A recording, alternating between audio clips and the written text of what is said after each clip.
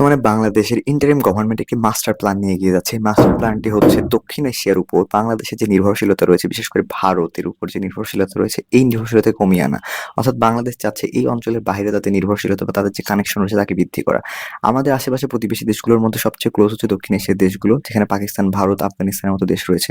আর অন্যদিকে আরেকটি অঞ্চল রয়েছে যা আমাদের খুবই নিকটবর্তী এবং তাদের ব্যাপক পরিমাণ ইনভেস্টমেন্ট করার সক্ষমতা রয়েছে। তাদেরও অর্থনৈতিক সক্ষমতা আমাদের থেকে বা এই অঞ্চলের অন্যান্য দেশের থেকেও বেশি। এই অঞ্চলটা হচ্ছে দক্ষিণ পূর্ব এশিয়া।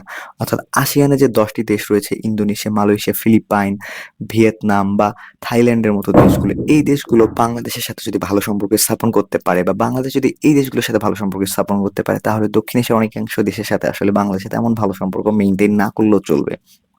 এই জিনিসটি মূলত বাংলাদেশ বুঝতে পেরেছে বা বর্তমান ইন্টারিম গভর্নমেন্ট বুঝতে পেরেছে। এজন্য মূলত বাংলাদেশ চেষ্টা করছে আসিয়ানের সদস্যভুক্ত দেশ হওয়ার, অর্থাৎ আসিয়ানের যে 10টি দেশ আছে বা আসিয়ানের 11তম দেশ হিসেবে বাংলাদেশ এই জোটের অন্তর্ভুক্ত হতে চাচ্ছে। যেহেতু মিয়ানমার বর্তমানে একটি টার্মোইলের মধ্যে দিয়ে যাচ্ছে, তাদের ভিতরে অভ্যন্তরীণ সিভিল ওয়ার চলতেছে, এ কারণে মূলত আসিয়ানের সদস্য হিসেবে মিয়ানমারের অবস্থা খুবই শোচনীয়। আর আসিয়ানের সাথে বাংলাদেশের সরাসরি ল্যান্ড বর্ডার রয়েছে, যেটি মূলত মিয়ানমারের সাথে বাংলাদেশকে আসিয়ানে কানেক্ট করে। অর্থাৎ মিয়ানমার হচ্ছে আসিয়ানের সর্বশেষ দেশ, আর এরপরেই রয়েছে বাংলাদেশ। অর্থাৎ বাংলাদেশ আসিয়ানের সদস্য হওয়ার জন্য খুবই উপযোগী একটি দেশ, কারণ এই অঞ্চলের সাথে বাংলাদেশের একটা অর্থনৈতিক কানেকশন রয়েছে, একই সাথে একটি কালচারাল কানেকশনও রয়েছে।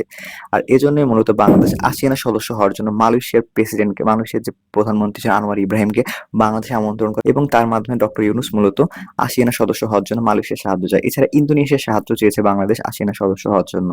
একবার যদি বাংলাদেশ আসিয়ানের সদস্য হয়ে যায়, তাহলে বাংলাদেশ এক্ষেত্রে এই অঞ্চলের যে নির্ভরশীলতা রয়েছে ইন্ডিয়ার উপর বাংলাদেশের নির্ভরশীলতা, তা একবারেই শেষ করে দিতে পারবে। অর্থাৎ বাংলাদেশ চাইলে আসিয়ানের কাছ থেকে ব্যাপক পরিমাণ পণ্য আমদানি করতে পারবে এবং ব্যাপক পরিমাণ পণ্য রফতানিও করতে পারবে।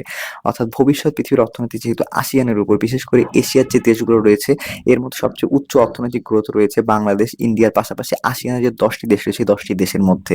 অর্থাৎ বাংলাদেশ, ইন্ডিয়াকে বাদ দিলে আসিয়ানের যে 10টি দেশ রয়েছে, তারা মূলত এশিয়ার মধ্যে সবচেয়ে দ্রুত উন্নয়ন করতেছে এবং তাদের জিডিপি গ্রোথ অনেকটাই বেশি।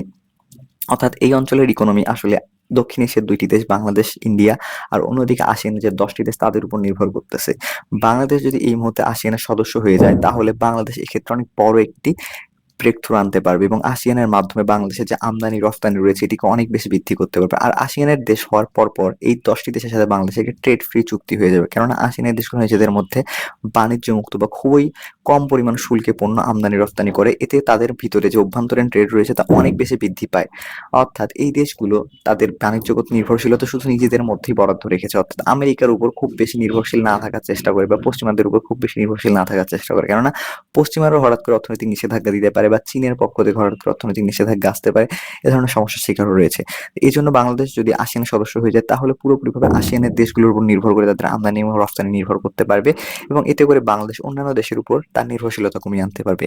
আর এজন্যই মূলত বর্তমানে ইন্টারিম গভর্নমেন্ট চেষ্টা করতেছে আসিয়ানের কোনোভাবে সদস্যপদ লাভ করতে পারলে বাংলাদেশ এক্ষেত্রে একটি বড় চ্যালেঞ্জ মোকাবেলা করে ফেলবে। অর্থাৎ ইন্ডিয়ার উপর নির্ভরশীলতা কমে আসবে, দক্ষিণ এশিয়ার অন্যান্য দেশের উপর নির্ভরশীলতা কমে আসবে, একই সাথে পশ্চিমাদের উপরও নির্ভরশীলতা অনেকটা কমে আসবে। আর আসিয়ানের সদস্যপদ অর্জন করতে পারলে তাহলে বাংলাদেশ আন্তর্জাতিক অঙ্গনে একটি গুরুত্বপূর্ণ একটি দেশে পরিণত হবে, কেননা আসিয়ানের যে দেশগুলো নিজেদের মধ্যে আমদানি বাণিজ্য করে থাকে, এই দেশগুলোর পপুলেশন পৃথিবীর অনেক বড় বড় দেশের পপুলেশনের থেকেও বেশি। অর্থাৎ এই 10টি দেশের মধ্যে বাণিজ্য করার জন্য অনেক দেশে আগ্রহী। অর্থাৎ পৃথিবীর পশ্চিমা দেশগুলো বাংলাদেশে আসে তখন ইনভেস্ট করা শুরু করবে, কেননা বাংলাদেশ থেকে অনেকটা শুল্ক মুক্ত হবে, আসিয়ানের বিভিন্ন দেশে পণ্য রপ্তানি করা সহজ হবে।